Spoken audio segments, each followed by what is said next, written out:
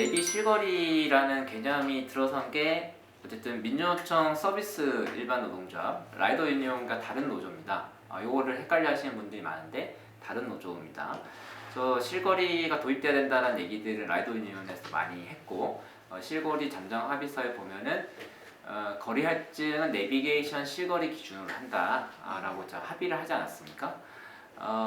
그래서 이렇게 하는 줄 많은 분들이 알았는데, 다만 거리 기준이 늘어나서 그리고 픽업 거리가 없어가지고 이 협상에 대해서 비판했고, 라이더 유니온 같은 경우는 이 데이터 우리가 분석해보지도 않았는데 어떻게 협상을 하냐, 이렇게 강력하게 좀 비판을 했었습니다.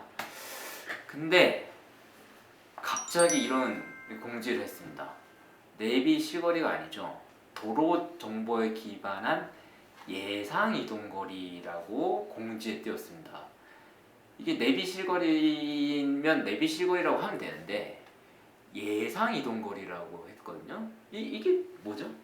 네, 그러니까 저희가 내비게이션 실거리라고 했을 때 뭐 상식적으로 저희가 생각하는 거는 저희가 일반적으로 사용하는 카카오맵이나 뭐 네이버 지도 혹은 뭐 티맵에서 이제 측정되는 뭐 음식점으로부터 배달지까지의 그 실거리, 그러니까 예상 이동, 거기도 뭐 우리가 예상 이동이라고 할 수 있겠지만 어쨌든 간에 실거리라고 흔히 얘기를 하지만 어쨌든 간에 내비게이션이라는 말이 일단 빠졌어요. 여기서 내비게이션이 우리가 생각하는 그런 내비게이션이 일단 빠졌고, 도로 정보에 기반한 이란 말이 들어갔는데, 이것이 저는 조금 이제 좀 독특하다고 생각을 했어요. 왜 도로 정보라고 했을까? 교통 정보가 아니고, 그렇죠. 네, 왜 도로 정보지? 거기에 대해서 좀 분석할 필요가 있겠다.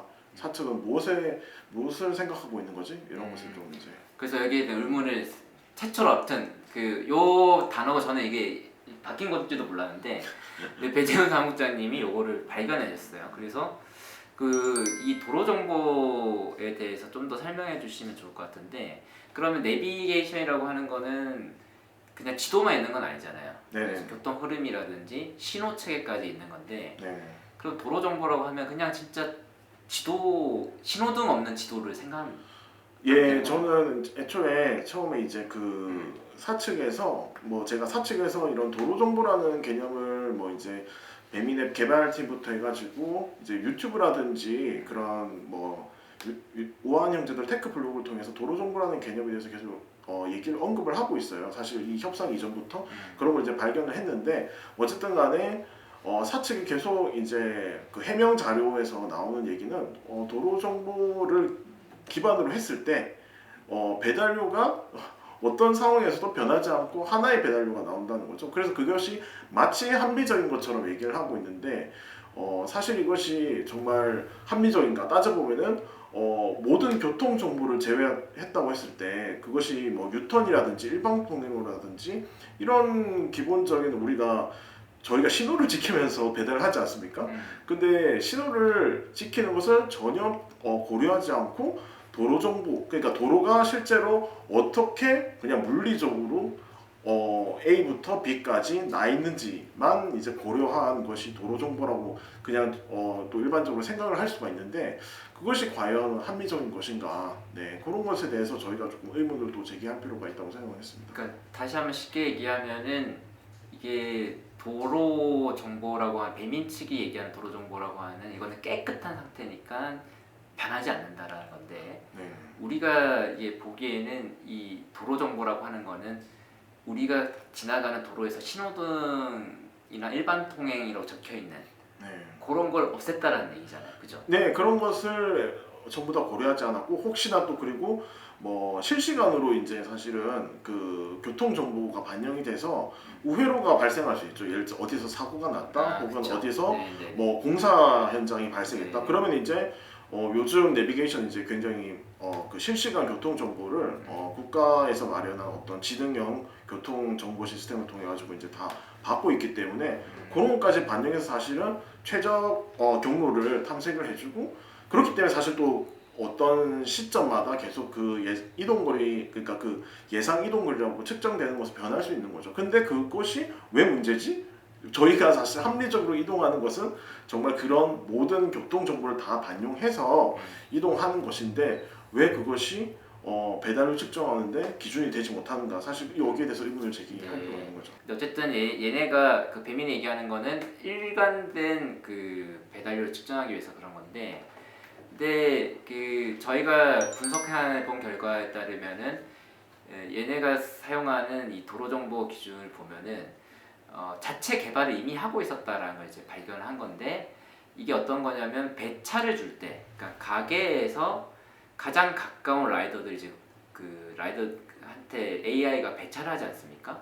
이걸 계산하는 프로그램을 이미 가지고 있기 때문에 지금 AI 배차를 저희한테 하는 거거든요. 그래서 이미 실거리 기준이라고 하는 것을 나름대로 가지고 있었다라고 하는 것이 배민의 주장인 거고, 이걸 이게 또 자랑도 하죠. 네, 2019년부터 네. 사실은 얼마나 이제 이제 기존의 어떤 그 배민 앱을 저희가 쓰고 있는 커넥터 앱을 개발하신 서버 개발자분이 나오셔가지고 계속 블로그를 통해서 혹은 유튜브 영상을 통해서 얼마나 효율적으로 비용을 많이 들이지 않고 이런 배차 최적화 서비스를 만들어줄 수 있었는지. 근데 그것이 이제 굉장히 나름의 혁신이라는 거죠. 왜냐하면은 이거는 저비용이고 그 사측의 입장에서는 최대한 비용을 어쨌든 간에 감소할 수 있었기 때문에, 그러면서도 원하는 목적을 달성할 수 있었기 때문에 네. 굉장히 혁신이다 이렇게 주장을 하고 있습니다. 이게 우리 주장이 아니고 지금 배민이 운영하는 우한현대대 기술 블로그라는 곳에 나와 있습니다. 나와 있는데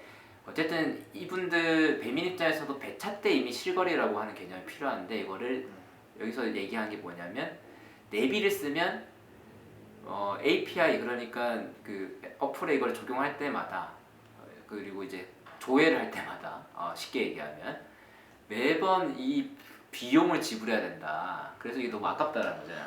음식점과 라이더 라이더. 사이의 어떤 거리를 보고 어떤 라이더가 가장 가까운 위치에 있는지를 계산하면서 여러 가지 경우의 수를 따져야 되는데, 그거를 할 때마다 예를 들어서 카카오맵에서 이제 그 데이터를 가져오기 위해서는 카카오 모빌리티 회사에다가 돈을 계속 내야 된다는 거죠. 네, 그 프로그램을 이용하기 위해서 돈을 내야 되기 때문에 이제 그것이 너무 많이 든다. 네, 그래서 또 이럴 때 비용을 얘기할 때는 항상 천문학적 비용 이런 말이 나옵니다. 예, 그래서 이제 정말 얼마나 천문학적인지는 모르겠는데, 그리고 모든 회사가 이런 것을 사용하는 것이 불가능한지도 모르겠습니다. 다른 회사는 이용할 수도 있다, 이용한다는 얘기도 들었거든요. 네, 그런데 어쨌든 배민의 입장에서는 자기들은 전혀 경제적으로 합리적이지 않다는 주장을 하면서 이제 자기들이 자체 내비게이션 개발해서 배차 최적화 서비스를 만들었다라고 자랑하고 있습니다. 네, 쿠팡이츠는 씁니다. 네, 네. 저희가 하긴 했습니다. 쿠팡이츠 교섭 과정에서도 하긴 했고, 그리고 저희가 작년에 알고리즘 실험 검증을 했는데 쿠팡이츠는 실거리로 나왔습니다. 근데 가격이 엉망이어서 네, 그렇죠. 문제인 것이죠. 여기도 문제가 많습니다. 여기 보면 어쨌든 이 배차 시스템에서는 실제 거리 정확성보다는 가게에서 상대적으로 누가 더 가깝냐만 측정하면 되기 때문에 사실 실거리가 중요한 건 아닌 거죠. 정확한 계산. 예, 그래서 실제로 앱 개발자도 이 프로그램의 개발 목표는 절대적으로 정확한 거리를 측정하는 것이 아니다. 예, 상대적으로 그냥 누가 더 멀고 가깝냐만 판단하면 되기 때문에 그렇게까지 정확하게 노력하지 않아도 된다라고 이제, 그렇기 때문에 이거는 적정 기술이라는 표현까지 씁니다. 아, 적정 기술이다. 네, 적절하게 자기 회사가 가지고 있는 문제를 해결하기 위해서 적절한 수준으로 개발한 것이다. 그 일종의 상대 평가만 하면 되니까요. 네. 가게에서 누가 더 가깝냐. 네. 그래서 정확한 배달 거리는 중요하지 않다라고 네. 하는 거죠. 어찌 보면 매우 합리적인 얘기인데, 이 이야기는 우리가 합리적으로 추론해 보면 요걸 기반으로 해서 라이더 배달료도 측정하는 프로그램을 썼을 거다라고 우리가 의심할 수밖에 없는 거잖아요. 네, 네. 왜냐하면 다른 네. 어떤 데이터도 주지 않고 있기 때문에. 그렇죠. 네, 그래서 저희는 그렇게밖에 의심할 수가 없는 것 같습니다. 네, 그래서 저희가 이런 정보들을 바탕으로 해서 배민이 주장하는 이 배달거리 계산을 이렇게 했을 것이다라고 저희가 추정을 한 것이 좀 합리적인 근거가 있는 추론이라고 생각합니다. 네. 이렇게 네 가지인데, 그래서 육각 블록 단위로 입력이 되어 있다고 하면은 블록당 반경이 100m거든요. 100m로 측정돼서 이게 정확성이 떨어지는 어쨌든 근사값이다라는 거고, 직선 관리와 달리 산이나 강과 같은 지형 지물로 막힌 지역을 둘러가는 우회의 경로를 파악할 수 있는 도로 기반 거리값을 선택하게 됨. 그래서 예. 그래서 얘네들은 이거는 실거리다라고 주장하는 거잖아요. 네네. 그러니까 이거 뭐 어쨌든 간에 도로 정보는 가지고 있으니까 그렇죠. 도로 정보는 다 가지고 있어요. 그래서 예전에는 정말 직선거리라고 했을 때는 말도 안 되는 걸 이제 그 거리라고 이제 측정을 하는 거잖아요. 그러니까 어쨌든 산이나 강이 있음에도 불구하고 실제로 그것을 둘러가야 되지만 그런 것들 전혀 고려하지 않는 거리를 기반으로 해서 배달료가 측정이 됐는데 어쨌든 간에 현재 지금 이제 적용되고 있는 시스템에 따르면 최소한 실제로 저희가 확인하면 바로 그렇고 그 정도는 측정할 수 있는 거죠. 예.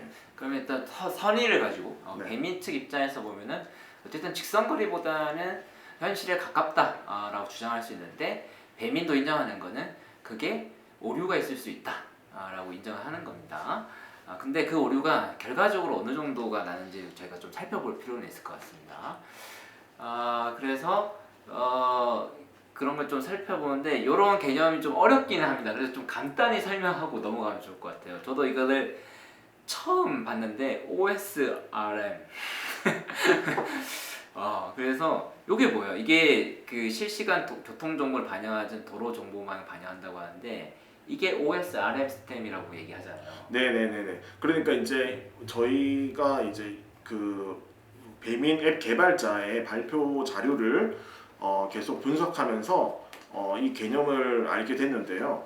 그러니까 이제 기존의 카카오 앱이나 혹은 네이버 지도 같은 경우는 뭐 지능형 교통 시스템이라고 하는데 어쨌든 정부에서 뭐 도로교통공단이라든지 그런 어떤 정부 인프라를 통해서 기존의 교통 정보를 계속 끊임없이 데이터로 만들어서 그리고 그걸 이제 카카오 맵이나 이제 그 다른 네이버 지도는 그런 기본적인 교통 정보를 반영해서 그 실거리를 측정하고 있고 그건 어쨌든 간에 저도 잘 모릅니다. 솔직히 말해서 저도 잘 모르지만 어쨌든 상용 내비 API, 상용 내비 프로그램 혹은 이제 그 뭐 카카오라든지 네이버 같은 그런 내비게이션 프로그램 같은 경우는 어쨌든 그 회사의 모든 역량을 동원해서 실제 교통 정보를 실시간 교통 정보를 파악하기 위해서 뭐 정부의 인프라도 쓰고 온갖 그런 데이터 소스를 다 써가지고 정확한 최적거리를 제공해야지 그 소비자들에게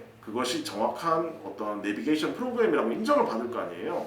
그렇기 때문에 어쨌든 간에 비용도 많이 들고 아마도 거기에 대해서 그 프로그램을 이용하는 다른 기업 뭐 예를 들어서 우한 형제들이 잠재적 고객이 되겠죠. 우한 형제들 같은 데서 돈을 받고 싶어 하겠죠. 근데 이제 오픈 소스 도로 데이터라는 것은 이거는 이제 누구나 쓸 수 있도록 누구나 그 데이터를 활용할 수 있도록 만들어진 데이터셋과 프로그램을 얘기하는 겁니다. 그러니까 OSRM은 그 누구나 활용 가능한 도로 데이터. 그러니까 우리가 여기서부터 저기까지 그러니까 뭐 서울역에서 서울시청까지 이동하는데 그 거리를 최저거리로 계산하는 그 도로 데이터 자체가 누구나 활용할 수 있도록 돈을 한 푼도 지불하지 않아도 그 최저거리 프로그램을 이용할 수 있게 해놓은 거죠. 근데 무료인 대신에 사실 그 정확도가 떨어질 수밖에 없는 게 왜 그러냐면은 모든 일반 사용자 혹은 모든 뭐 프로그래머들 누구든지 예를 들어서 위키피디아 같은 거죠. 저희가 잘 이해할 수 있는 거는 위키피디아 같은 건데 누구든지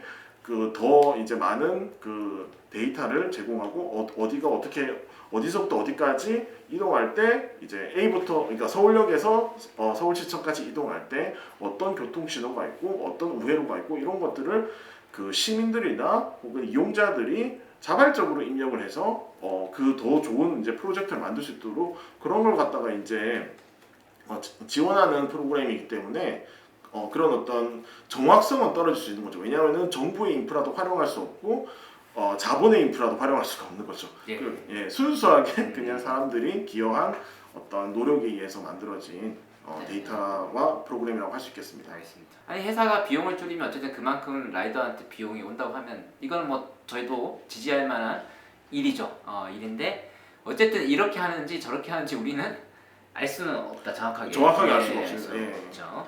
근데 얘네들이 처음 했을 때 배차 시스템에서는 이걸 썼다라는 거죠. 예, 그거를 사실 2022년 3월에 마지막으로 이 배차 시스템에 대한 발표를 했는데 사실 3월이면 이미 저희가 협상이 끝나고 계속 자기들이 업데이트하고 있다고 얘기하는 시점이거든요. 맞습니다. 근데 그때까지 사실 이 발표에서 배민 개발자가 이제 카카오 모빌리티 컨퍼런스에 가서 발표한 자료에 보면은 이 OSRM을 쓰고 있고 비용 절감에 성공했다고 자랑하고 있습니다. 아. 그렇기 때문에 저희가 봤을 때 특별히 라이더들을 위해서 또 다른 프로그램을 개발했다기보다는 그 시스템을 그대로 활용하지 않았을까라고 합리적 추정 가능하지 않나 그렇게 생각하고 있습니다. 이런 오류들이 있는데 아까 계속해서 말씀해 주신 게 이재일 선생님이신데 네, 요 유튜브 영상도 아니 거의 뭐 이거 네. 이재일 선생님 계속 따라다니시네요. 그 이재일 선생님을 제가 특별히 미워하거나 네, 네. 예, 부정적으로 생각하지 않습니다. 이재일 선생님께 사실 감사하고요. 어쨌든 최대한 솔직하게 그 배민 그런 배차 그 최적 거리 시스템이 어떻게 개발되는지를 잘 설명해 주시고 있기 때문에 근데 어쨌든 이분도 네. 노동자고 저희가 장기적으로는 같이 연대해서 활동할 수도 있다고 생각합니다. 네. 근데 어쨌든 간에 그 개발자분이 우한 형제들 개발자분이 그 보통 이제 테크 블로그라고 하는 곳이나 혹은 우한 테크 라는 어떤 유튜브 채널을 통해서 그 회사에서 이제 그렇게 계속 권유를 해요. 이제 그렇게 발표를 해라. 얼마나 그 개발을 잘하고 있는지를 좀 광고를 해라. 그래야지 더 다양한 개발자들이 회사에 입사를 하기 때문에 그런 다른 개발자들을 상대로 이제 그 우한 형제들이 기술 기업이라는 걸 굉장히 홍보를 하는 거죠. 이런 식으로. 근데 어쨌든 그런 발표 자리에서 이제 이재 개발자가 한 얘기 중에 인상적이었던 게 하나 있었어요. 이것도 이제 카카오 이제 모빌리티에서 개최한 컨퍼런스에 참여하신 건데 아까도 제가 말씀드렸던. 근데 어쨌든 실제로 인정한 것이 그 현재 배차 최적 거리 시스템이 정확한 거리를 측정하고 있지 못하다. 그래서 사실은 배달원 입장에서는 아마도 카카오 내비를 활용한 그런 어떤 실거리 측정 시스템을 더 선호할 것이다. 라고 정말 솔직하게 인정하고 있습니다. 그러니까 사실 자체 개발한 내비게이션 시스템이 문제가 많다는 거죠. 배달원들에게는. 예, 그래서 회사 입장에서는 어쨌든 배차 최적화는 성공은 했지만 아마도 배달료 거리 기반 요금에 대해서 항상 생각하고 있는 배달원들에게는 더 신뢰성 있는 다른 내비 프로그램을 이용하는 것이 더 합리적일 것이다 라고 정말 솔직하게 말씀해 주고 계십니다. 그럴 수 있다고 생각합니다. 네, 순수한 거고. 근데 뭐 어쨌든 알고 있다라는 거고 배민도 어느 정도 인지를 하고 있다라는 것입니다. 네. 저희의 일방적인 주장이 아니다라는 것을 보여주기 위해서 말씀드린 거고 네. 개인적인 사감이 있거나 이러지는 않습니다. 네.